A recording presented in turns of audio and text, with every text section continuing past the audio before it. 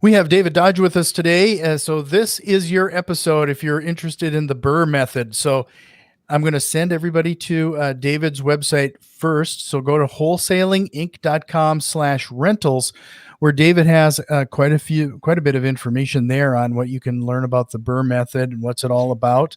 But David, I really appreciate your time here today. Hey, I really appreciate you having me. I'm super grateful for this opportunity to come and provide value to your audience, Jack. So thanks for having me, man. No, I appreciate it. And you host a podcast as well. So Discount Property Investors is one of them, but you pop in and out of the Wholesaling Inc. podcast quite a bit as well. I bring that up is because we have so many listeners that pop in and out on these type of shows. So this is going to sound simplistic, but I kind of want to start off for those people who aren't as familiar with what BRRRR is. Take a minute and define it. Yeah, absolutely, man. BRRRR is a acronym. And a lot of people, they refer to it as the BRRRR Method. That's what I refer to it at. In fact, I've written a book called The BRRRR Method, which breaks it down. And BRRRR is B with 4 R's behind it. So that's what the acronym is, made up of. And each of those letters represent a word or a phrase. So B stands for buy. And I like to add at a discount because that's very, very important. And then there's 4 R's behind the B. And those R's stand for rehab, rent, refinance, and then the last R is repeat. So some people will refer to this as BRRRR with 3 R's, B with 3 R's, and then other people will refer to it as B with 4 R's for BRRRR. That final R, it just stands for repeat, right? So I've even heard people refer to this as the BRRRR's method, and they just replace that 4th R with an S, and they just say scale instead of repeat. But at the end of the day, it's all the same. So again, to sum it up, it's to buy, it's to rehab, it's to rent it out, and then it's to refinance. And then, of course, this strategy is very, very scalable. So, of course, add that last R in there for repeat, and that is what it is, my friend. Yeah. No, I appreciate you taking a minute. I know it sounds pretty elementary, but I really think that's pretty important to get everybody on the same page. What I think is really interesting is that you start things off by stating buy at a discount. A lot of the BRRRR methods that I've seen and a lot of people that talk about, they kind of miss that last little bit there. Yeah.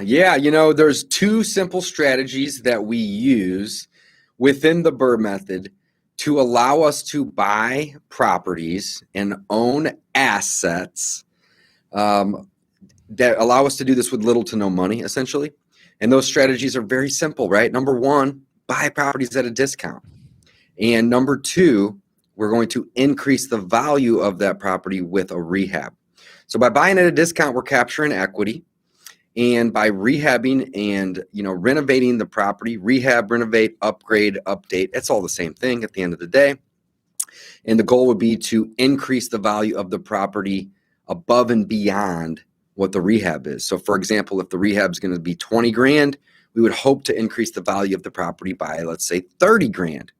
So the beautiful thing about the BRRRR method is it allows us to acquire assets with little to no money. And Jack, this is kind of cool. I was actually making a case study before we jumped on this podcast, and I actually have a check here in my hand. It's not a huge check by any means, but I'll try to zoom in and let you guys see. And for those that are listening, it's a check I'm holding in my hand for $5,310.25. And this doesn't seem like, it may not seem like a big check to a lot of people that are listening, However, in my opinion, this is a home run, maybe even a grand slam. Because by going through this method and using this strategy, right, the BRRRR method, I was able to acquire an asset with none of my own money. It's a rehabbed rental property, so all the capital expenditures and CapEx are going to be taken care of in advance, and we shouldn't have any major expenses on this property for at least the next 5 to 7, maybe even 10 years. It's rented, it's cash flowing. So again, it's an asset that I was able to acquire. And in the end, at refinance, I was able to walk away with a check for $5,000. So when I say that, you can use this strategy to acquire properties with little to no money, that is very, very true. But in some cases, you can get a really, really good discount on a property, and you can actually get paid to acquire a rental property.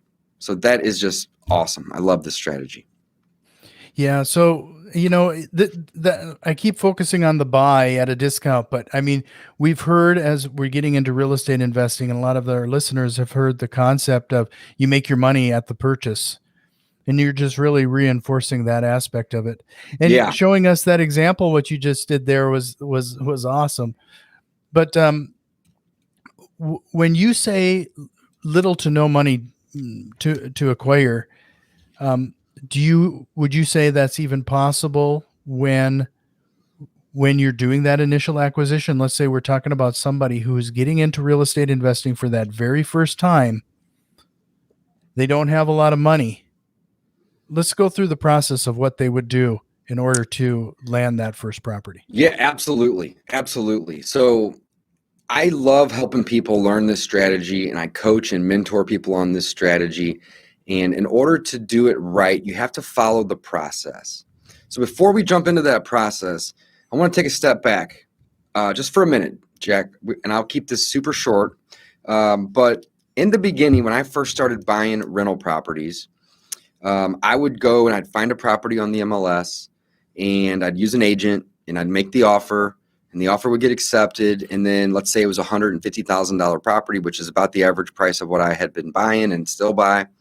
And I would then go to a bank, and the bank would say, "Hey, Dave, great. We're excited for you. We're going to lend you 80%. And the thing that, I look at that as the old way of doing things. And I kind of look back and say, hey, I did this kind of wrong in a way. Now, obviously buying rental properties, regardless of how you do it, is a good investment in my opinion. But the bank would lend 80% on these deals. And of course, at 150,000, that leaves 20% or $30,000 that you have to bring to the table. Mm-hmm. So the old way of doing it, not with BRRRR, just buying a rental, you're typically going to be required to put down 20%. And if the property is about 150,000, like the ones I like to buy, that means you have to put down $30,000. You may have it, you may have saved it, you may have borrowed it, but regardless, you're putting down 30 grand to acquire a property. So now, circling back to your question, can somebody do this, without having a bunch of money? Well, the answer is yes, exactly. So now that we use the BRRRR method and we go through this strategy, we are still essentially having 20% skin in the game.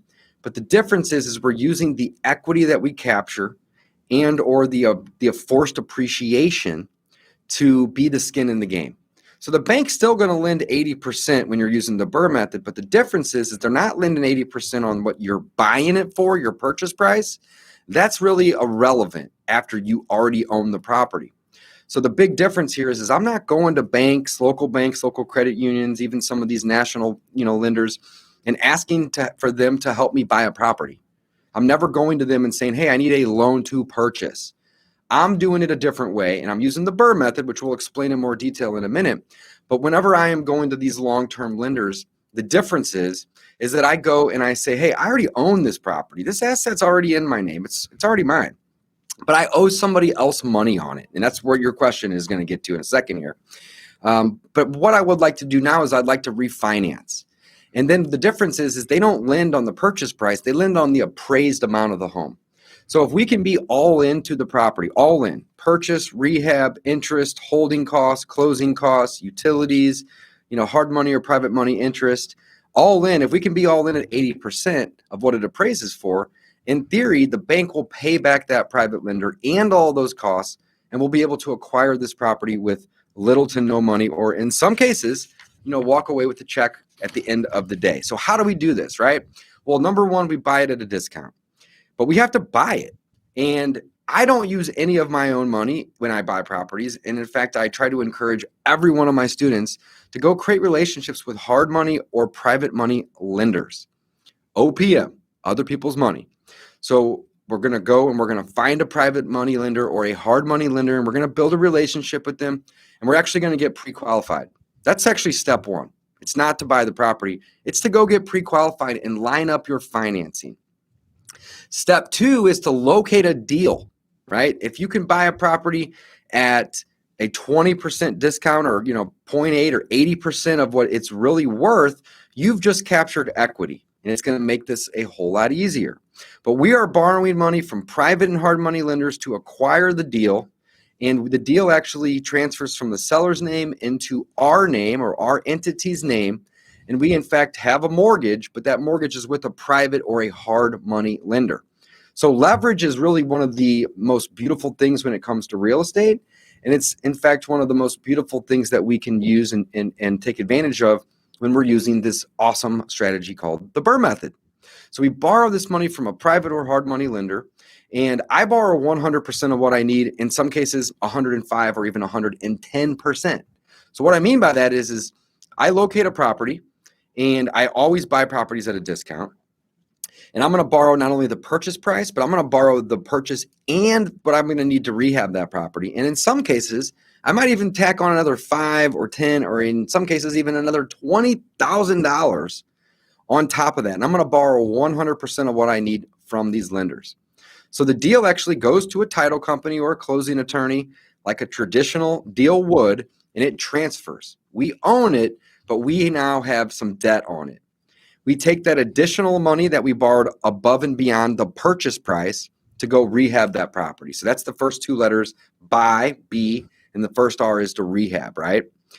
Then what we do is we list that property for rent, and we get a tenant that's willing to sign a lease and move in and pay us rent.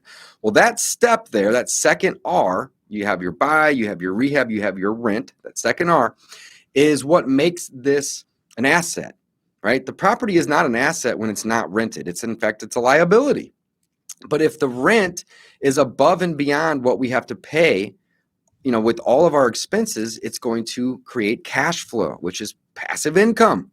And banks love to lend on properties that are cash flowing, right? They know that is an asset at that point. So then the next step would be to go to a bank, a long-term lender, could be a local bank, could be a national bank. I really like working with local banks and local credit unions. And I then approach them. And again, I said this earlier, and I'm going to say it again. I never walk into that bank or contact the lender and say, hey, I'm trying to buy this property. I need a loan. I've already bought that property. I've used a hard money or a private money lender, and I found myself a deal. I've already rehabbed it at this point. I've already got it rented at this point. And I walk into that bank or email or call or whatever it may be, but connect with my local banker. And I say, hey, I got another one. I'm using the BRRRR method. I'm very transparent with them. They know what I'm doing. I'm not hiding anything from anybody. But because I am so good at buying deals, and because I am so good at keeping my rehab within my budget, I have built in a minimum of 15 or 20, or in some cases, 25% equity in the deal. And my bankers and lenders know this. This is no secret. So what I do is I go to them and I say, hey, but I would love to refinance out my existing debt with this private lender or this hard money lender that helped me buy it. Oh, and by the way, they lent me additional money to rehab it. So what do we need to do to get this thing refinanced? And they don't ever ask me what I paid for the property, because I'm not looking to buy it. I've already bought it. I already own it, right? But I have a short-term debt solution from a hard money or a private money lender. So the bank says, all right, great. We're going to send an appraiser out. And, typically speaking, I'm going to get an 80% loan. Depending on the neighborhood, you may get cut down to 70 or even 75, somewhere in that range. But typically speaking, the banks are going to lend me 80%. Well, if I'm all in at 80% or below, that means that I'm going to be able to pay back that private lender or that hard money lender and have a new mortgage with a bank that's long-term, ideally at half of the interest rate, because private money lenders are typically 10 to 12%, give or take, and hard money lenders are typically going to be between 12 and 16%, give or take, right? But that's okay. It doesn't scare me. It doesn't bother me that I'm paying this higher interest, because without these individuals, I would never be able to acquire these properties. And another thing I want to highlight here is that when we're borrowing money from a private or a hard money lender, this isn't a 20-year loan, right? This is typically a 4 to 6, maybe even 8 months at the most. But ideally, we can do these in 3-4 months, right? So this process isn't something that we can do very, quickly. It's not a day or a week type of a game, but I have done some of these in record time in the past with, maybe a month and a half, 2 months, 2.5 months. On average, it's probably around 4 months, give or take, to get through this process. But to answer your question, you don't have to have a ton of money. In fact, I don't use any money on the deals that I do. I don't use any. I borrow 100% of the purchase and 100% of the rehab, buy it at a discount, rehab it, go get it rented, which makes it an asset, and then talk to that long-term lender. But again, I'm not asking that lender to help me purchase the property. I already own it. What I'm doing at this point is I'm asking them to refinance out another lender. And there's so many advantages here, because when you go to do a refinance, the underwriting process is going to be a lot simpler and quicker, because they are essentially piggybacking on the due diligence of that initial lender. And that initial lender may or may not have done a bunch of due diligence, but the bank doesn't know that. They just assume that, hey, if somebody else is going to give you the loan, they must have done some due diligence. So they're able to piggyback on that. Another advantage is they're willing to lend on what it appraises for. They don't necessarily care anymore what we bought it for. So instead of coming to the table and putting down 20% or 30 grand, like I mentioned on a $150,000 property, now what I'm doing is I'm using the skin in the game, the equity, right, that I was able to capture by buying it at a discount and fixing it up as that 20% down. So can you do this with little to no money? Absolutely. I don't use any of my own money. I borrow 100% of what's needed from private and hard money lenders. And you don't even have to necessarily have perfect credit. You got to have some credit, of course, because you got to get a loan. But you don't necessarily have to have a ton of money laying around or perfect, excellent credit to use this strategy. I love it. So just a reminder for everybody, head over to wholesalinginc.com/rentals for more information about what David is talking about here.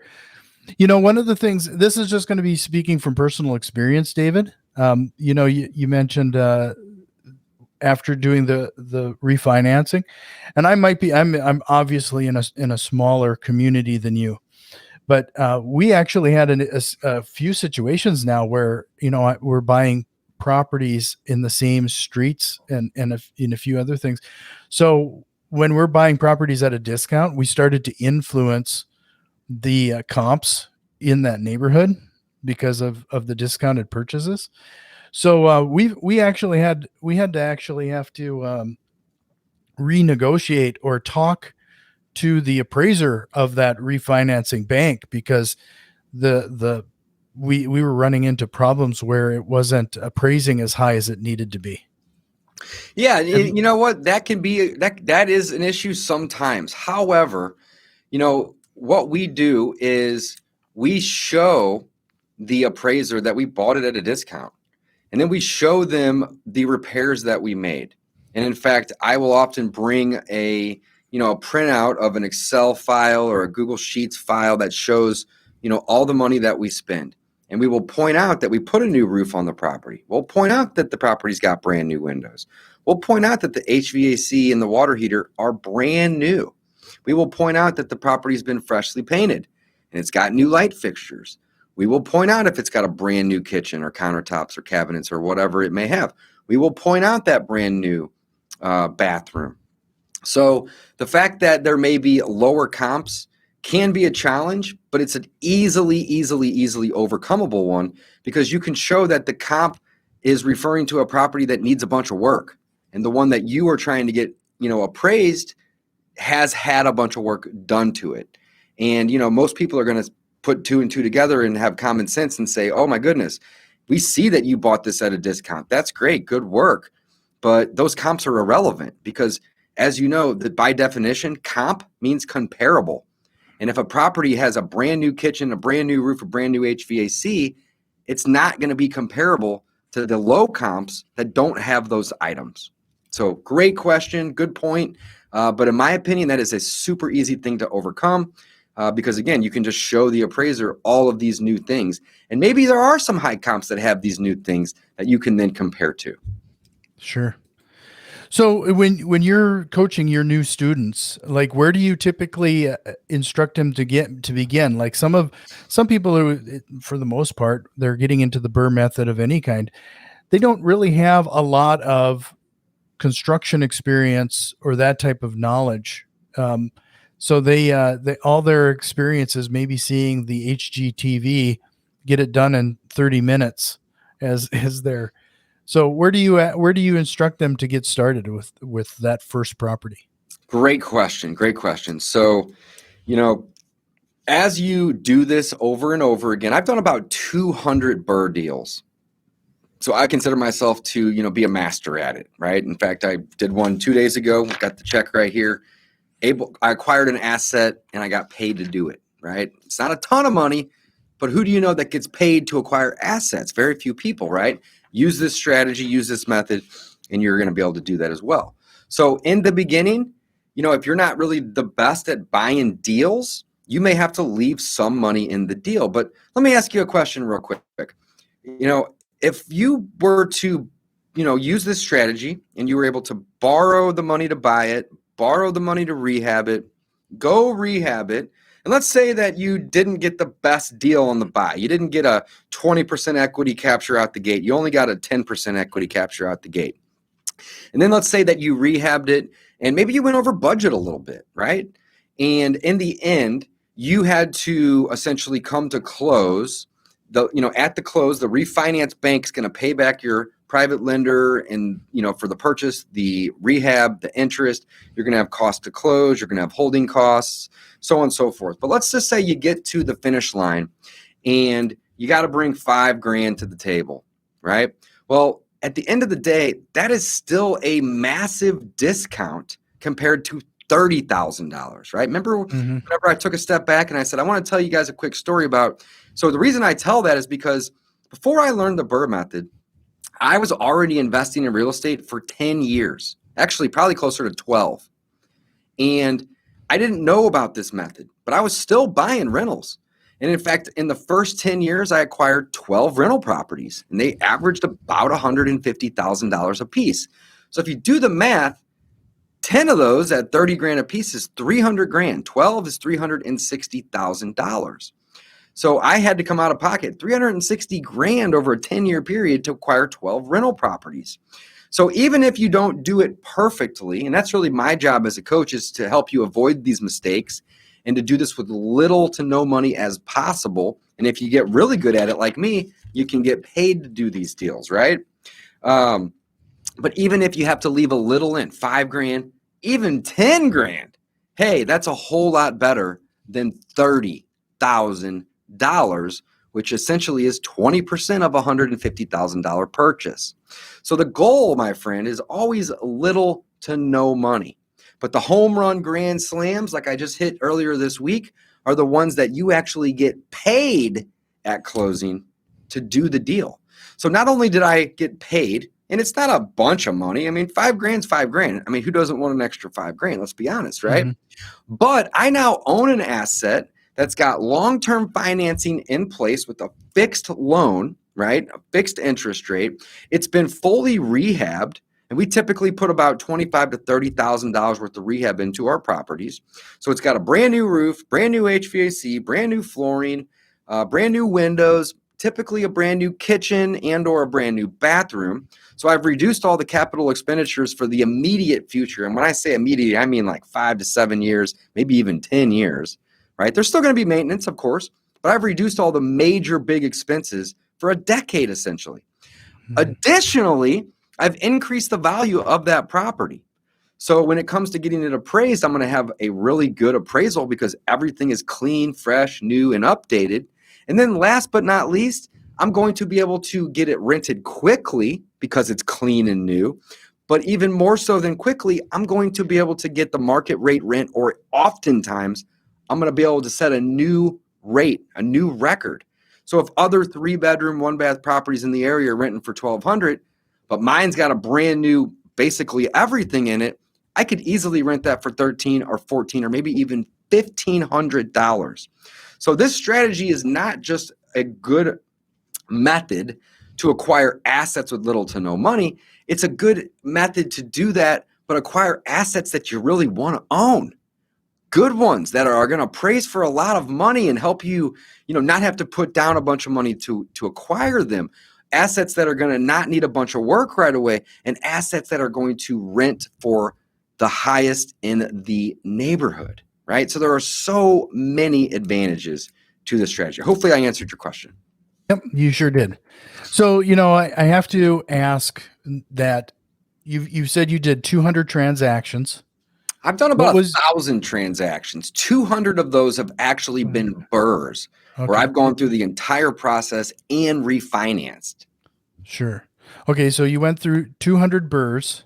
What is your one biggest mistake, and what did you learn from it? Love it, man. Love it. So this is a great question. So I have lost money on 3 real estate deals. 3. And I've done about 700 wholesale deals. I've done about 200 BRRRR deals. I've done about 1,000 transactions, give or take. We do some fix and flip too. And so over about 1,000 transactions, I've lost money on 3 deals. And all 3 of those deals, I did 2 things wrong. Number 1, I overestimated my ARV. So I don't care if you're wholesaling, fix and flipping, buying rentals, using the BRRRR method like I love to do. Do not overestimate your ARV. Get a conservative ARV. And if it sells for more or appraises for more, that's icing on the cake, my friends. But do not try to set a new record with your ARVs. ARV stands for after repair value for those that don't know. So figure out what you think a good conservative ARV is and stick to it. And if you beat it, great, icing on the cake. But on the 3 deals out of 1,000 that I lost on, I overestimated my ARVs. That was one of the 2 things I did wrong. The second thing I did wrong was I underestimated the cost to fix these properties up, the repair estimates. And when you underestimate your cost of repairs, you are going to have to get more money or dig into your pocket to fund the rest of the repairs. So the 2 things that I would caution anybody and everybody, I don't care if you are brand new or if you are an experienced investor like myself, is to be conservative with your ARV. Don't overestimate them. And then on the flip side is don't be too conservative with your repairs.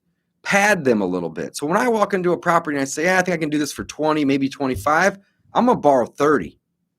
Because I know that if I screw up and I underestimate these repairs, I'm going to get into hot water here, right? Or I'm going to get into a situation where I'm going to have to go get more money or use my own money. And I don't want to use any of my own money. I want to borrow every penny that I can to do this, right? That's another beautiful thing about this strategy is we're acquiring assets and we're using other people's money to do it. So on that topic, let's talk about leverage just for a quick second here. We use leverage in every step of the model here, every step of the strategy. So when we're buying at a discount, we often leverage wholesalers in our market, right? We do a lot of marketing and find deals direct to seller. And I would tell every one of the listeners that they should do that too. They should learn the direct to seller marketing game. That's the best way to find deals. But if you are busy, you have a full-time job and a family, and you don't want to get into the marketing business, don't. It's okay. Leverage other wholesalers. So we leverage marketing and wholesalers to find deals, right? Next, we're going to leverage hard money and private money lenders to buy the deals. I don't swing a hammer. I'm going to leverage general contractors and subcontractors to fix these properties up for me. And I used to do my own property management, but I'm way too lazy to do that nowadays. So I hire property managers and I leverage property managers to do the leasing and the maintenance requests and the rent collection. And if anybody gets late or behind and we got to get them out of there, I leverage them to go help with all those efforts. And then last but not least, we leverage the long-term cheap bank financing to position this asset for a long-term play. So they pay back that private or that hard money lender. So leverage is basically built into every single step of the equation.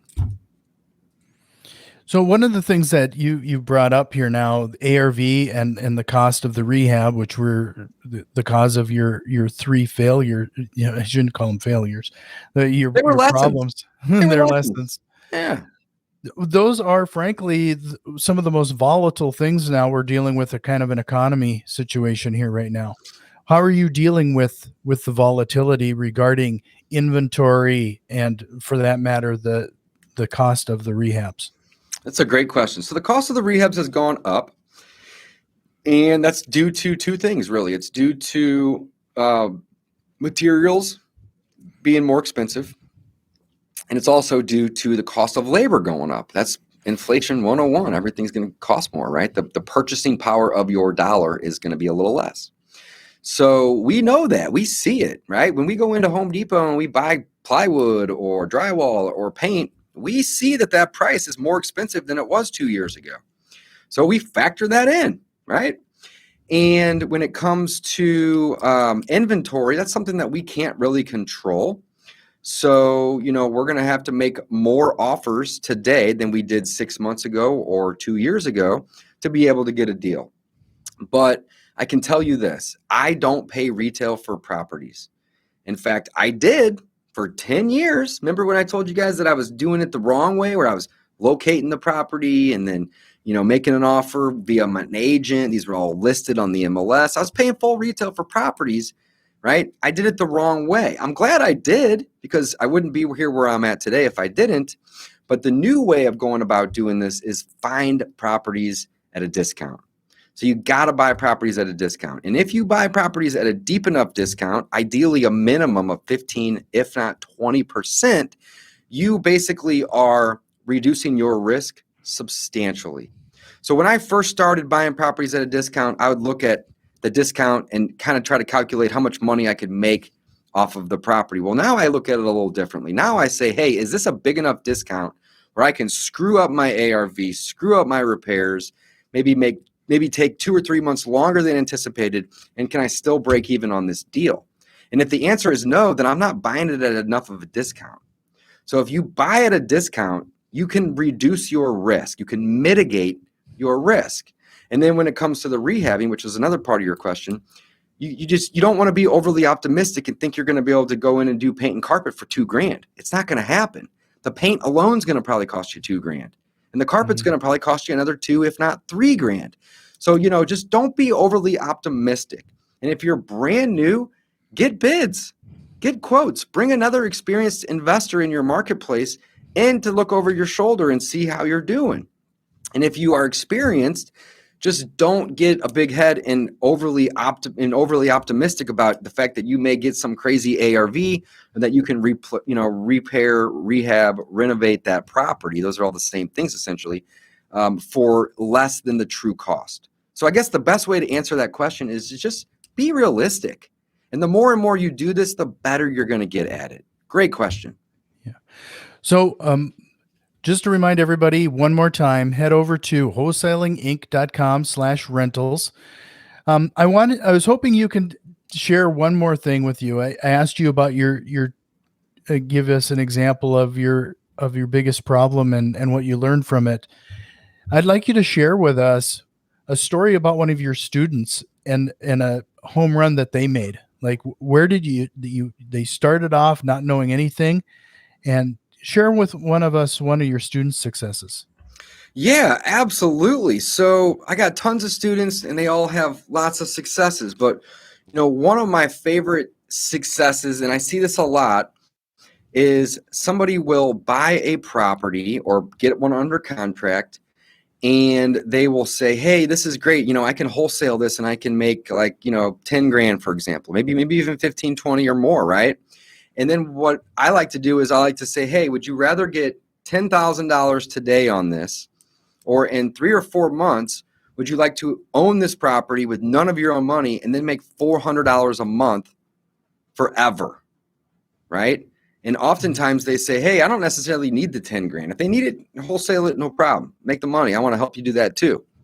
But by creating passive income from this rental property, you don't have to be stuck on the transaction treadmill. And I love teaching people this and opening their eyes to this. I have 92 units right now in my portfolio, and that portfolio spits off about $20,000 a month. So if I don't, want to work for a week or a month or a quarter, I don't have to. I got $20,000 a month coming in from my rental properties. I love doing deals. I love buying and wholesaling and fixing, flipping, but I'm not required to wake up every day and rush to the office to go do the next deal, because my portfolio pays me if I'm in town or not. if I'm awake or asleep, it's still producing capital. So one of the best successes that I love seeing my students, accomplish is to get into the rental game and to use the BRRRR method, because the BRRRR method will allow you to acquire these assets with little to no money. And again, often, sometimes get paid to do it. So I just had a student maybe a week and a half, 2 weeks ago. His name's Derek, good buddy of mine. He bought 2 rental properties, fixed them up, got them rented, and he went to refinance and pulled out $10,000 above and beyond what he had borrowed to buy both of those.